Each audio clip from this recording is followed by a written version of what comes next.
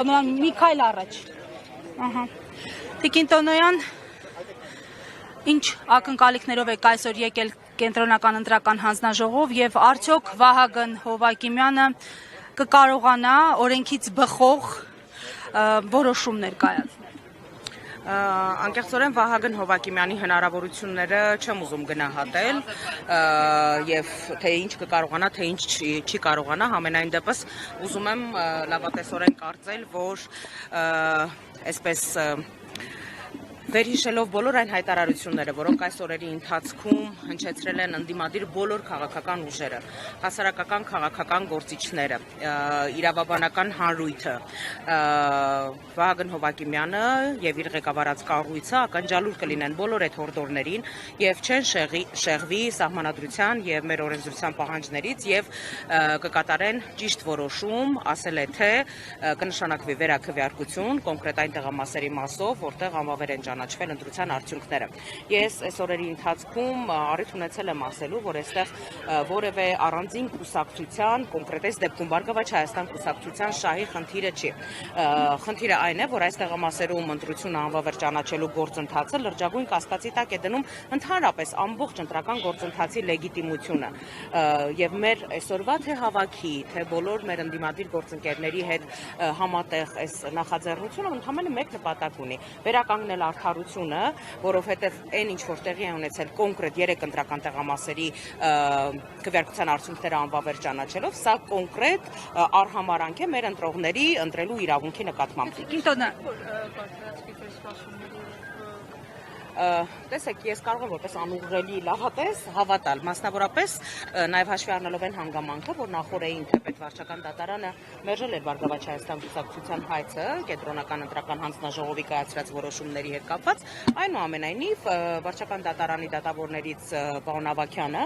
իր որոշման մեջ հստակ արձանագրել է, որ այնուամենայնիվ կենտրոնական ընտրական հանձնաժողովը, սա որպես դիտարկում է իհարկե ներկայացված, բայց այնուամենայնիվ հստակ այսպես մեսիջ է, որ կենտրոնական ընտրական հանձնաժողովը ստիպված է լինելու այդ ընտրատեղամասում անցկացնել, քանի որ 2 տեղամասերի մասով 2 առանձին դատավորներ էին քննում, կոնկրետ 10-ի 51-ի մասով, որ կոնկրետ այդ ընտրատեղամասում ստիպված է լինելու իրականացնել վերաքվեարկություն։ Սա նաև այսպես մեր դատական ատյանների գնահատականն է, այս իրող այո։ Տիկին Տոնոյան, դուք խոսեցիք մի քանի հատուկ կարծիք,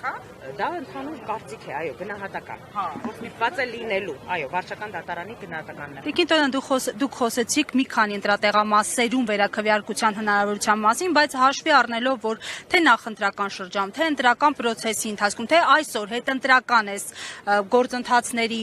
շրջանակում Փաշինյանը շարունակում է այդ թվում Գագիկ Ծառուկյանին, բայց նաև բոլոր ընդդիմադիր ուժերին անվանարկել, մեղադրանքներ ուղղել, այսօր էլ սպառնացել է, որ այլևս թավիշը չի գործելու նրանց համար, առհասարակ չեք կարծում, որ ընտրությունները պետք է վիճարկել, ոչ թե միայն ընտրատեղամասերի խնդիր է։ Մենք այսօր հայց ենք ներկայացրել, դիմում ենք ներկայացրել կենտրոնական ընտրական հանձնաժողով,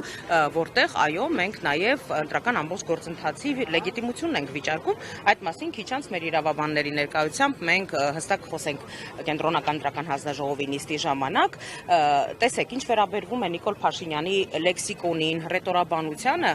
առիթներ ունեցել եմ ասելու, որ այն, որ մենք այդ լեքսիկոնով եւ այդ ռետորաբանությամբ նրան չենք արձագանքում, դեռևս չի նշանակում, որ չենք կարող արձագանքել, սակայն այստեղ ընդհանրապես դաստիարակության եւ անցած ճանապարհի խնդիր է, այնպես որ մեր արձագանքի կոշտությունը թողնում եմ Նիկոլ Փաշինյանի երևակայությանը։ Տոնոյան Իշխան Սաղաթելյանը ասել է, որ ընդդիմադիրների հետ օրերի ընթացքում այսպես կառուցողական աշխատանքները եղել չեք լավվել, չեն որոշել բախալու որոշում, ինչ կանելու հետագան եք պլանավորել։ Ոչ միայն հետագան, այլ նաև ընթացիկ աշխատանքներն են քննարկվում, շատ արդյունավետ այո հանդիպումներ են ունեցել այս օրերի ընթացքում, ինչպես 2 օր առաջ առիթ ունեցել եմ ասելու, որ մենք կոնսուլտացիաների քննարկումների շարք ենք սկսում ընդդիմադիր մեր գործընկերների հետ, շատ արդյունավետ քննարկումներ են, այդ քննարկումների արդյունքներից մեկն էլ այսօրվա նաև այս համատեղ հավաքն է, որովհետև բոլոր ընդդիմադիր ուժերը ոչ են արել իրենց համագիրներին, ընդհանրապես մեր հայրենակիցներին այսօր այստեղ ներկա գտնվելու, մնացածի մասին արդեն հաջորդի մեր քայլերի մասին կտեղեկացնենք, ներեցեք ես իրոք ուշանում եմ նիստից։ Մի հատ ճշտով հարցը, եթե նույնիսկ հիմա Բարգավաճի այդ 4%-ը լինի անցողիկ շեմը, դուք ընդհանուր իր արդյունքները վիճարկելու եք այսինքն։ Տեսեք, խնդիրը ընդհանրապես 4%-ի շեմը հաղթահարելը չի կամ կրկնում եմ խորհրդանում ներկայացված լինելը չի։ Սա հնարավորություն է արդարությունը վերականգնելու, որովհետև եթե այսօր սա կոնկրետ Բարգավաճ Հայաստան կուսակցության նկատմամբ է կիրառվում, նախ սկսենք նրանից, որ Բարգավաճ Հայաստան կուսակցության խորհրդանում ներկայացված լինել չլինելը փոխում է համապատկերը ամբողջ ընտրությունների արդյունքի, հա, սա հարցերից մեկն է։ Ընդհանրապես կասկածի տակ է դրվում ընտրությունների ամբողջ գործընթացի լեգիտիմությունը, սա երկրորդ հարցն է։ Եվ երրորդը, որևէ մեկը իրավունք չունի ոչ մանդատագողությամբ, ոչ ձայնագողությամբ զբաղվելու եւ կոնկրետ նման թքած վերաբերմունք ունենալու ընտրողների ընտրելու իրավունքի վրա։ Այսինքն վիճարկելու Շնորհակալ։ Մենք արդեն իսկ համապատասխան դիմումը ներկայացրել ենք կենտրոնական ընտրական հանձնաժողով, հիմա կներկայացնենք։